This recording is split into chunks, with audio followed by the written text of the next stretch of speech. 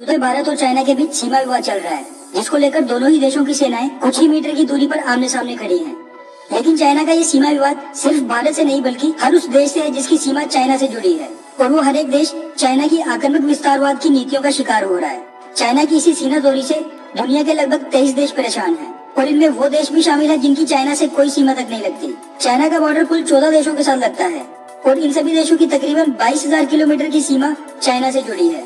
लेकिन सबसे बड़ी हैरानी की बात यह है कि इन सभी 14 के 14 देशों के साथ ही चाइना का सीमा विवाद है, और समय समय पर चाइना की तरफ से इन देशों को डराया धमकाया भी जाता है। सबसे पहला है तजिकिस्तान, जिसके आधे से ज्यादा पामीर पहाड़ी क्षेत्र पर चाइना ने कुछ ही महीनों पहले फिर से अपना दावा ठोक दिया है। इस देश ने पहले भी 2010 में चाइना से सीमा विवाद खत्म करने के लिए और अच्छे संबंध स्थापित करने के लिए अपना 1150 किलोमीटर का भूभाग एक समझौते के तहत चाइना को सौंप दिया था। लेकिन फिर भी चाइना की भूख शांत नहीं हुई। किर्गिस्तान और अफगानिस्तान, जिन पर सीमा समझौता होने के बावजूद चाइना 1963 से इन दोनों देशों के बड़े भूभाग पर अपना अधिकार बताता आया है। चाइना का ऑल वेदर अलाई पाकिस्तान, जो पहले ही चाइना के आगे सरेंडर कर चुका है, और अभी भी चाइना इसके कुछ भूभाग पर अपना दावा करता है। अगला नंबर है भारत, जिसके साथ अक्साई चीन, अरुणाचल प्रदेश, सिक्किम और उत्तराखंड की सीमा पर विवाद है।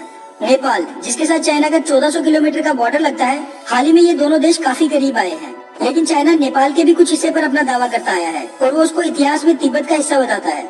चाइना ने इससे पहले कई बार नेपाल की माउंट एवरेस्ट पर भी अपना दावा ठोका है। अगला नंबर है भूटान, जो कि एक छोटा सा देश है, जिसके साथ चाइना का 470 किलोमीटर का बॉर्डर लगता है। चाइना ने भूटान की सीमा में अंदर आकर कई बार बंकर तक बनाने की कोशिश की है, लेकिन क्योंकि भूटान की सुरक्षा का बेड़ा भारतीय सेना ने उठाया है, इसीलिए फिलहाल ये देश चाइना से सुरक्षित है। म्यांमार, जिस पर 1271 और 1368 के बीच चीनी राजवंश युआन के शासन को आधार मानकर इसके बड़े भूभाग पर चाइना अपना दावा ठोकता आया है। लाओस पर भी चाइना उसी युआन राजवंश के शासन को आधार मानकर दावा करता आया है। वियतनाम, चाइना इसके भी भूभाग पर मिग राजवंश के 1368 से 1644 के बीच शासन बताकर दोबारा दावेदारी कर रहा है। नॉर्थ कोरिया के तो पूरे के पूरे देश पर ही चाइना युआन राजवंश को आधार मानकर अपना दावा ठोकता आया है। मंगोलिया के भी पूरे के पूरे भूभाग पर ही चाइना 1271 से 1368 में युआन राजवंश के शासन को आधार मानते हुए अपना दावा ठोकते आया है। हालांकि सच्चाई ये है कि एक समय पर मंगोलिया के चंगेज खान का पूरे के पूरा चाइना पर ही शासन था।